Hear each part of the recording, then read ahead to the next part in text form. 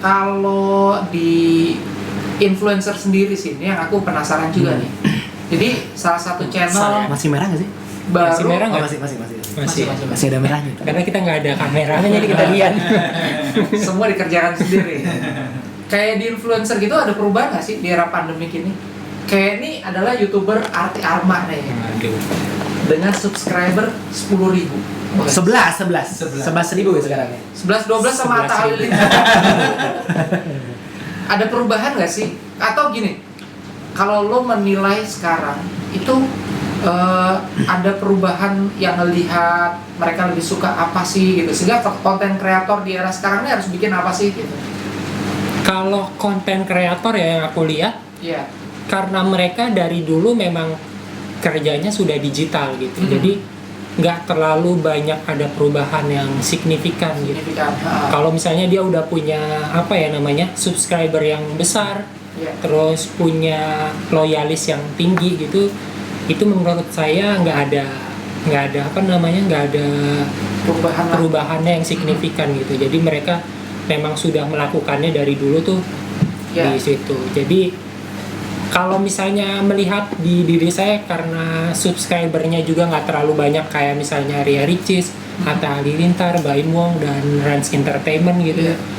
Mungkin ya seperti saya punya usaha di balik itu yang biasanya yang saya lakukan, misalnya ketika ada waktu luang kita membuat konten Iya. di YouTube ya.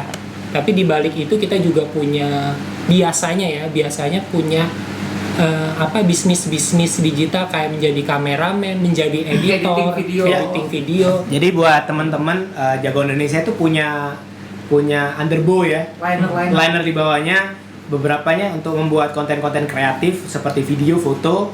Ada beberapa tim di bawah, ada tim Mawar namanya, bukan Tim yang Furkon.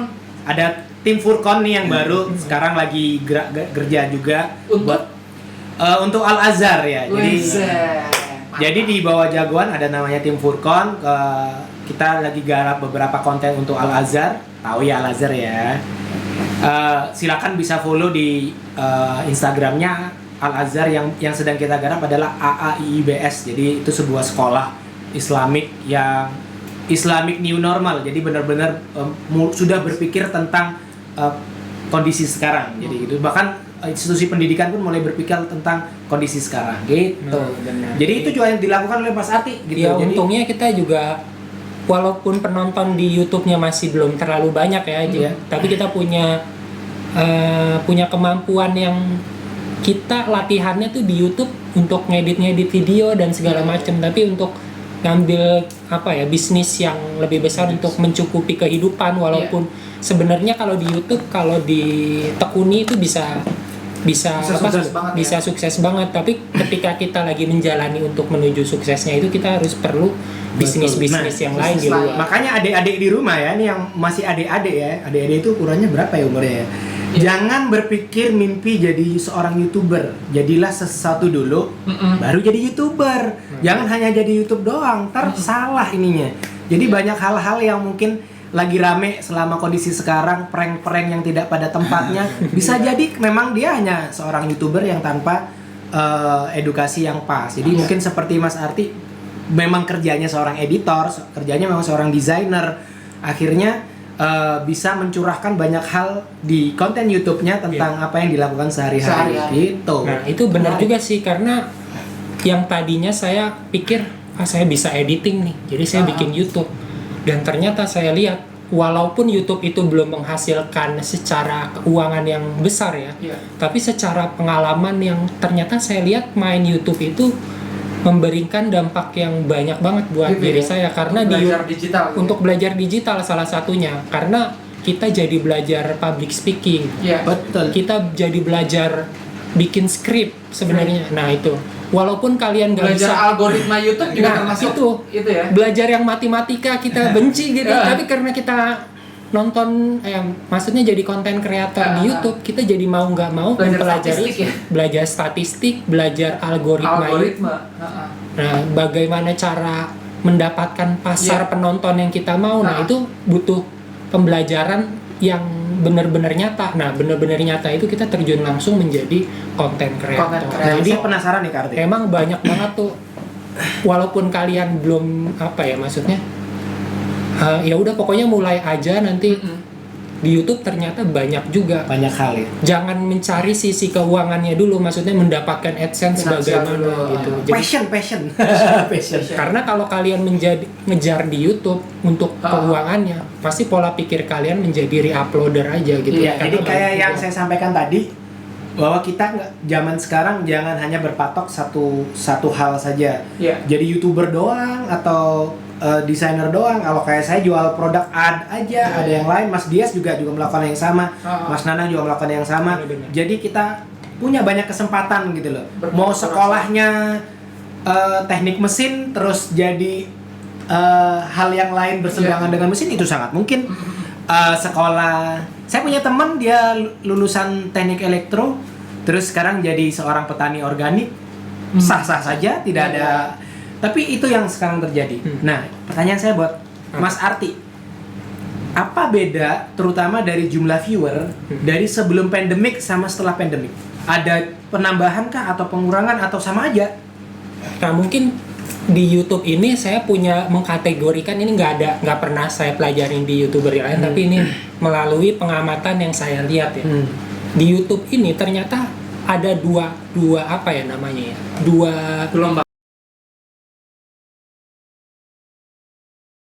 Sebelum menjawab pertanyaan tentang apakah influencer pendapatannya berkurang atau bertambah ketika masa-masa pandemi ini, sebelumnya saya mau menjelaskan tentang dari pengamatan saya, teman-teman. Jadi di dunia konten kreator ini saya kategorikan ada dua tipe kategori konten kreator, yaitu konten kreator yang sudah menjadi influencer atau konten kreator yang belum menjadi influencer. Ya, gampangnya seperti itu ya. Jadi dalam kategori yang sudah menjadi influencer itu, teman-teman, yaitu konten kreator yang sudah mempunyai apa ya namanya ya, loyalis atau fans yang sangat setia kepada mereka. Jadi mau konten apapun yang dibuat, mungkin kalau ada dianya yang ngomong, pasti ada aja yang nonton. Jadi kalau konten kreator seperti itu mungkin nggak terlalu berpengaruh banyak terhadap pendapatannya mereka ya, teman-teman. Namun di sini saya mau katakan ada juga yang tahapan sebelum menjadi influencer, konten kreator sebelum menjadi influencer.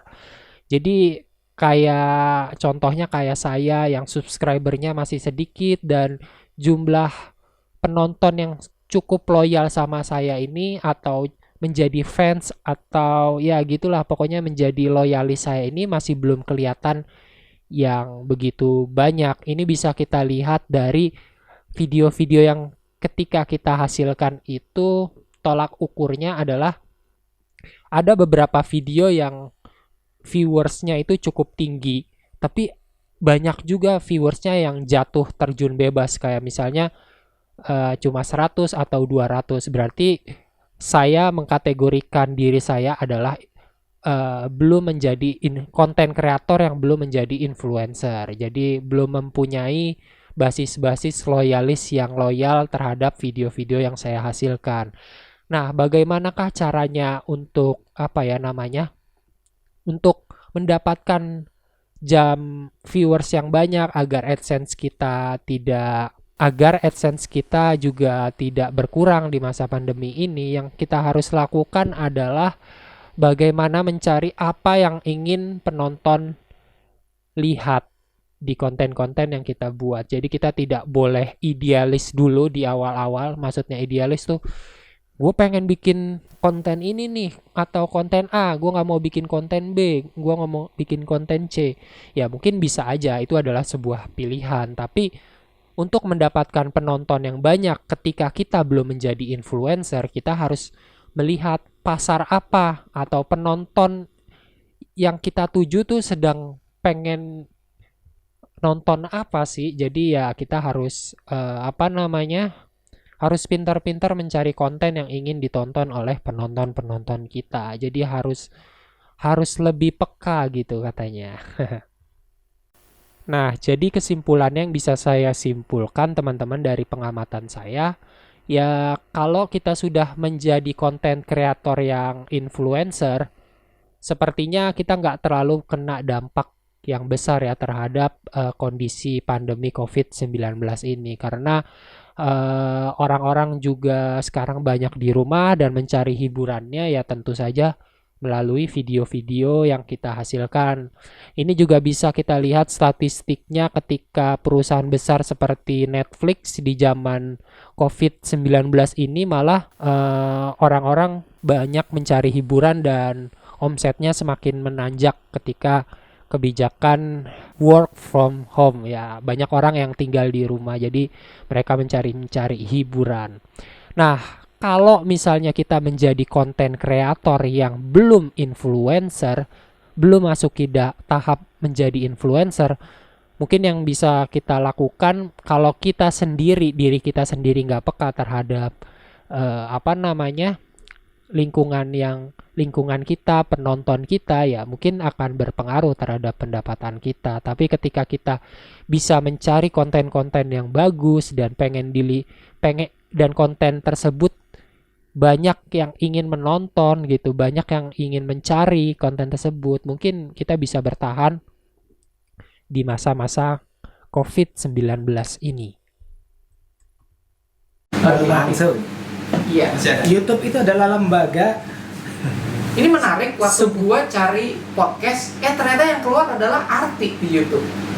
Nah, ini juga. Oke, ngomongnya di balik dejavu.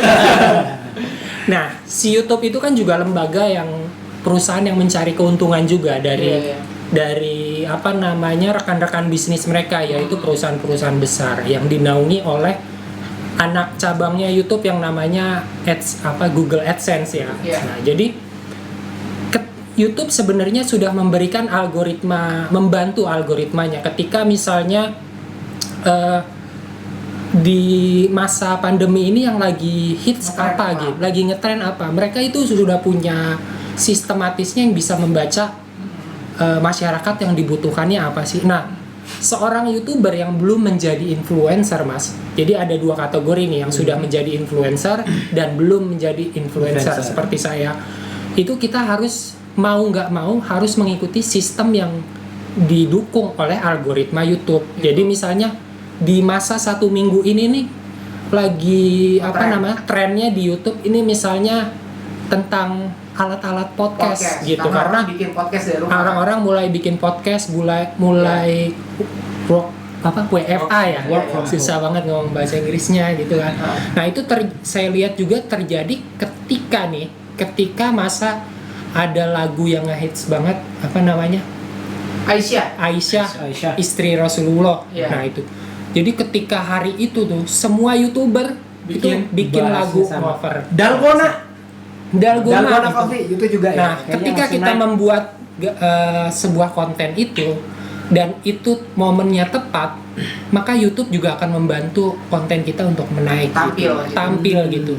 Nah, itu juga harus kita sebenarnya untuk konten kreator juga kan perlu ada identitas di kita gitu. Jadi nggak semuanya misalnya lagi lagu Aisyah yang tadinya kita nggak pernah cover lagu gitu di channel kita, tiba-tiba kita cover lagu. Mungkin itu nggak apa-apa untuk narik follower dan memperbanyak penonton di channel kita ya.